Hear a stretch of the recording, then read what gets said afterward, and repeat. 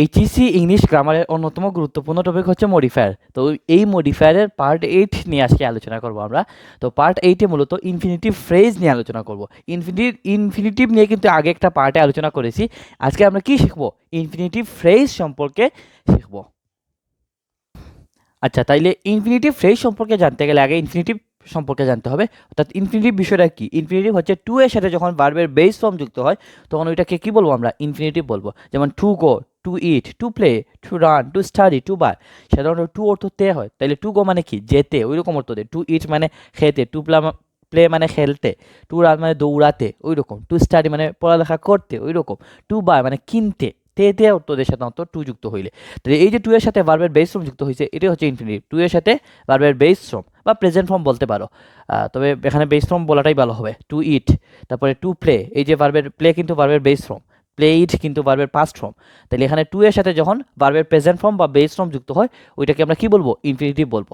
তাহলে infinitive phrase যখন বলবে তখন ইনফিনিটিভের সাথে কি করব? ফ্রেজ মানে শব্দগুচ্ছ, শব্দগুচ্ছ মানে কয়েকটা ওয়ার্ড, তার মানে ওয়ার্ড সংখ্যা কি করতে হবে?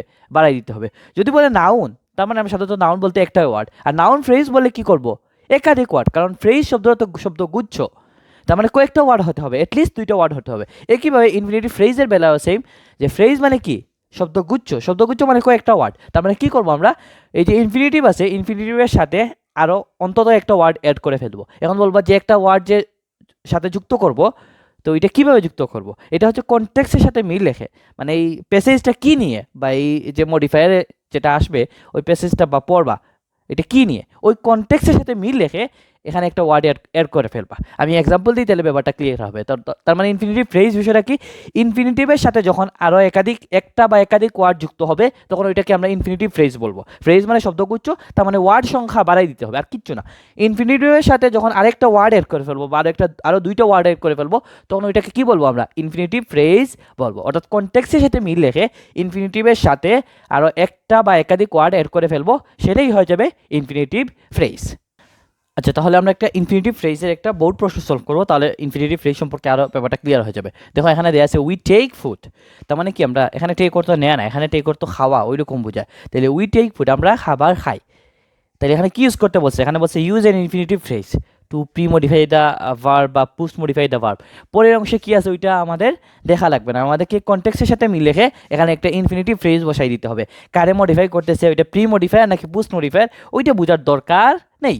তাহলে উই টেক ফুড, আমরা খাবার খাই। কেন খাই? সাধারণত ইনফিনিটিভ কিন্তু উদ্দেশ্য বোঝায়, আর উদ্দেশ্য কেন দ্বারা প্রশ্ন করলে উদ্দেশ্যটা পাওয়া যায়। অর্থাৎ সাধারণত ইনফিনিটিভ বের করতে গেলে আমরা কেন দ্বারা প্রশ্ন করব। উই টেক ফুড, তার মানে কি? আমরা খাবার খাই।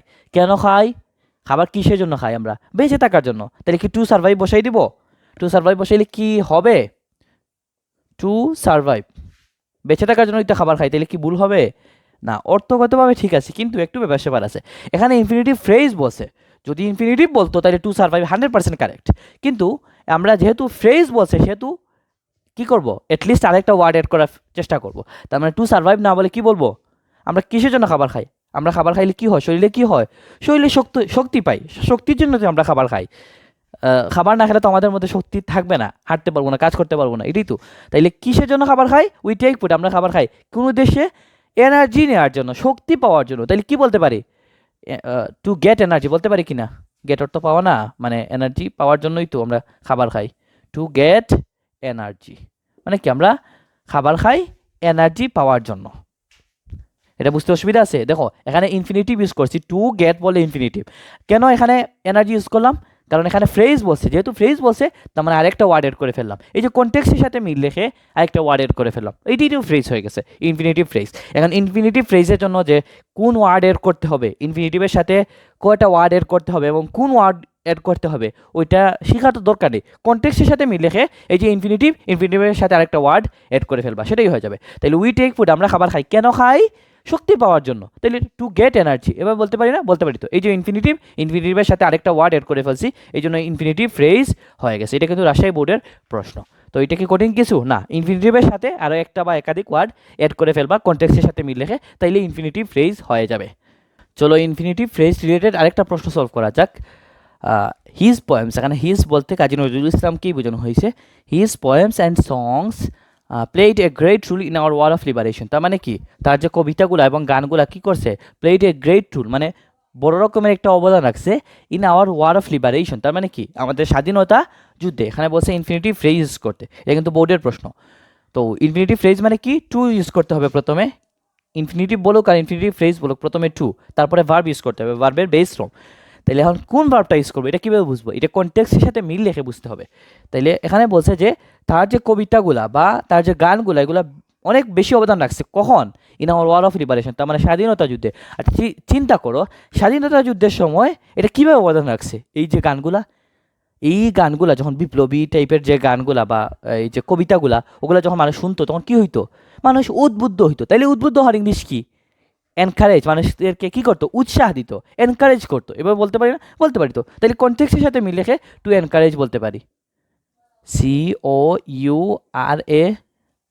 To encourage. হ্যাঁ, তাইলে তার যে গানগুলো এগুলা কী করতো, মানুষকে এনকারেজ করতো স্বাধীনতা যুদ্ধের সময়। এটা কি হয়েছে, হয়েছে, বাট ব্যাপারটা আরও সুন্দর হবে যখন, যেহেতু এখানে বলছে ইনফিনিটিভ ফ্রেজ, তার মানে শুধু ইনফিনিটিভ ইউজ না করে আরেকটা ওয়ার্ড অ্যাটলিস্ট ইউজ করা উচিত। মানে তার মানে এইটার সাথে আরেকটা ওয়ার্ড অ্যাড করতে হবে আমাদেরকে, যেহেতু ফ্রেজ বলছে এখানে, ইনফিনিটিভ ফ্রেজ বলছে কিন্তু। তাহলে টু এনকারেজ বললে শুধু ইনফিনিটিভ বোঝায়, আর ইনফিনিটিভ ফ্রেজ যেহেতু বলছে তার মানে আরেকটা ওয়ার্ড অ্যাটলিস্ট অ্যাড করে ফেলবো পরের দিকে। তাহলে টু এনকারেজ কাদেরকে এনকারেজ করছে, ওই মানুষদেরকে এনকারেজ করছে। তাহলে টু এনকারেজ পিপল, এবার বলতে পারি না, বলতে পারি। তো তাইলে এখানে পিপল ইউজ করে ফেলাম।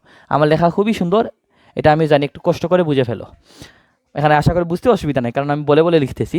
তাহলে টু এনকারেজ পিপল বলা যায় কিনা, ওনার যে গানগুলা, কাজী নজরুল ইসলামের গান এবং বিশেষ অনেক বেশি অবদান রাখতো কখন, ওয়ার অফ লিবারেশন মানে স্বাধীনতা যুদ্ধের সময়।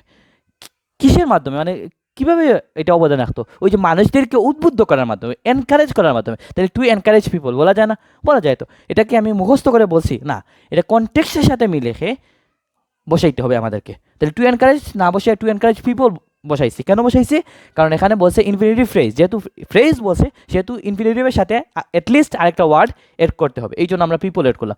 কাদেরকে এনকারেজ করতো, ওই পিপলদেরকে। তো তাইলে to encourage people in our war of liberation, এটা কিন্তু বোর্ডের প্রশ্ন। তো আশা করি বুঝতে অসুবিধা নাই। তার মানে ইনফিনিটিভ ফ্রেজ যখন বলবে তখন ইনফিনিটিভের সাথে অ্যাটলিস্ট আরেকটা ওয়ার্ড এড করতে হবে। এটা কীভাবে এড করবো, ওই কনটেক্সটের সাথে মিল রেখে এই কবিতাটা কী নিয়ে বা এই যে প্যাসেজটা এটা কী নিয়ে এটা বুঝতে হবে, তারপর এটার সাথে মিল রেখে আমাদেরকে বসাইতে হবে বা আরেকটা ওয়ার্ড এড করতে হবে। তো আশা করি বুঝতে পারছো। তো সে পর্যন্ত ভালো থেকো, সালাম আলাইকুম।